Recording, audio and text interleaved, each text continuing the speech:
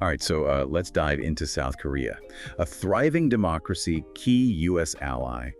And just days ago, well, they were teetering on the brink of something that looked a lot like martial law. Yeah, and it's particularly jarring considering South Korea's history. I mean, their transition from authoritarian rule to a real robust democracy has been so fast. It's a real success story globally.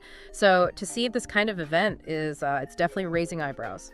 Okay, so let's rewind to Tuesday night in South Korea. People are just going about their evening, and President Yoon Suk Yeol just drops this bombshell on live TV. Martial law. But it wasn't just some vague threat. He laid out some really specific restrictions. Right, and they weren't minor either. We're talking bans on rallies, protests, any kind of political organizing, even speaking out against the government or democracy itself. Essentially, Yoon's invoking these emergency powers and saying, my word is law. So imagine you're in South Korea. Suddenly your right to assemble, to voice your opinion, it's gone. Chilling, and it really gets to the heart of what makes this so significant.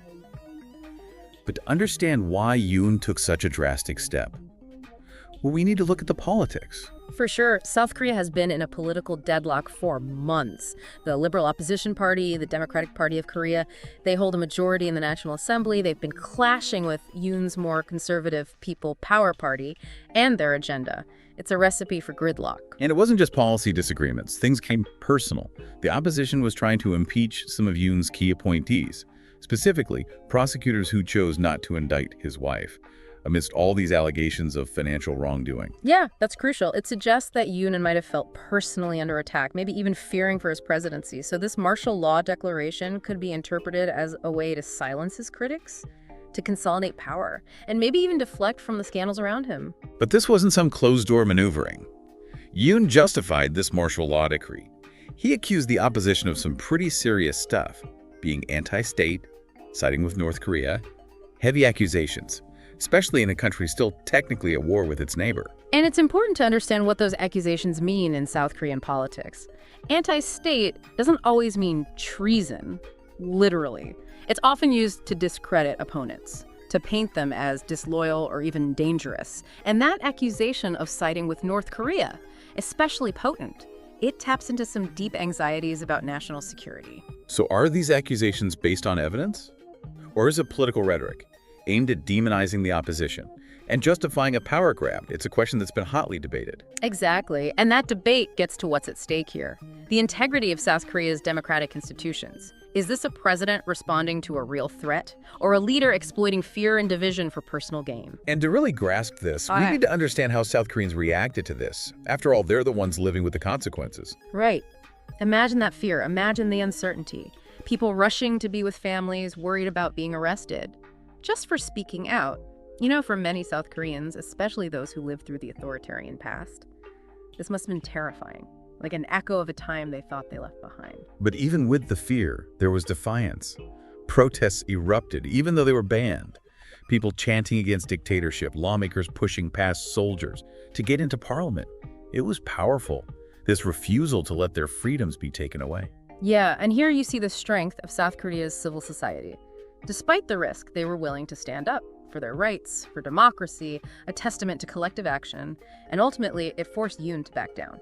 So let's talk about that moment, the late-night showdown in Parliament. Lawmakers from both sides, liberals and conservatives, condemning Yoon's decree, voting to overturn it, a moment of unity in a system so divided. And that unified response is huge. It shows that even with polarization, there's a commitment to democracy. It also highlights the checks and balances, the legislature pushing back against the executive. So under immense pressure, Yoon surrendered. Martial law lifted after just a few hours. But he didn't apologize.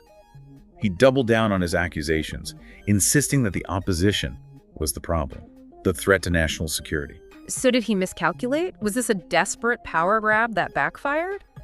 Or did he achieve something, even if it was temporary? Oh, he definitely may have miscalculated. And the consequences, they've been swift. Yeah, talk about fallout. Yoon's facing impeachment calls, resignations from his administration. There's even talk of a nationwide general strike. South Korea is in a full-blown political crisis. And it really exposes those fissures we talked about. The political divisions are deeper than ever. And there's a real sense of disillusionment, even among those who once supported Yoon. And we can't forget the international implications. South Korea is a linchpin of U.S. strategy in the region, especially with concerns about North Korea and China's growing influence. Oh, absolutely. The U.S. relies on South Korea. Stable, democratic partner. Any instability there has ripple effects. Military cooperation, trade relations. The U.S. is already voicing concerns, emphasizing democratic principles, urging a return to stability. So this isn't just some internal political squabble. It could reshape the balance of power in one of the most strategically important regions in the world. And while we're analyzing geopolitics, we can't forget the human cost. Imagine being a South Korean citizen right now. Your leader invokes martial law. It's like having the rug pulled out from under you. The freedoms you thought were guaranteed, suddenly they're in question.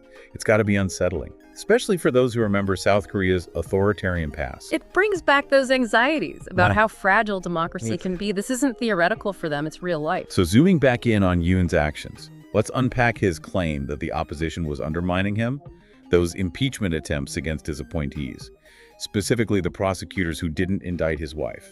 Critics say that framing it as a vendetta misses the point. They say the opposition was doing its job, holding officials accountable, upholding the rule of law, not playing politics. But even if we acknowledge that, was Yoon's response proportionate? Martial law? It seems extreme, even if he felt cornered? That's where the debate gets interesting. Some argue that Yoon's actions were calculated, an attempt to stifle dissent and consolidate his authority. They point to his history of strong-arm tactics and his rhetoric demonizing the opposition. But others, even some critics of Yoon, they suggest we might be misreading him. They say he genuinely believed the opposition was a threat, that his actions, while drastic, were motivated by protecting the country. It's a tough call. We might never know for sure. But regardless of intent, the outcome's the same. A divided nation, a damaged democracy, and a world watching to see what happens next. So as the dust settles, let's consider what could happen. First, there's the possibility of impeachment. Right. The National Assembly has initiated proceedings. And if they vote to impeach, it'll go to the Constitutional Court.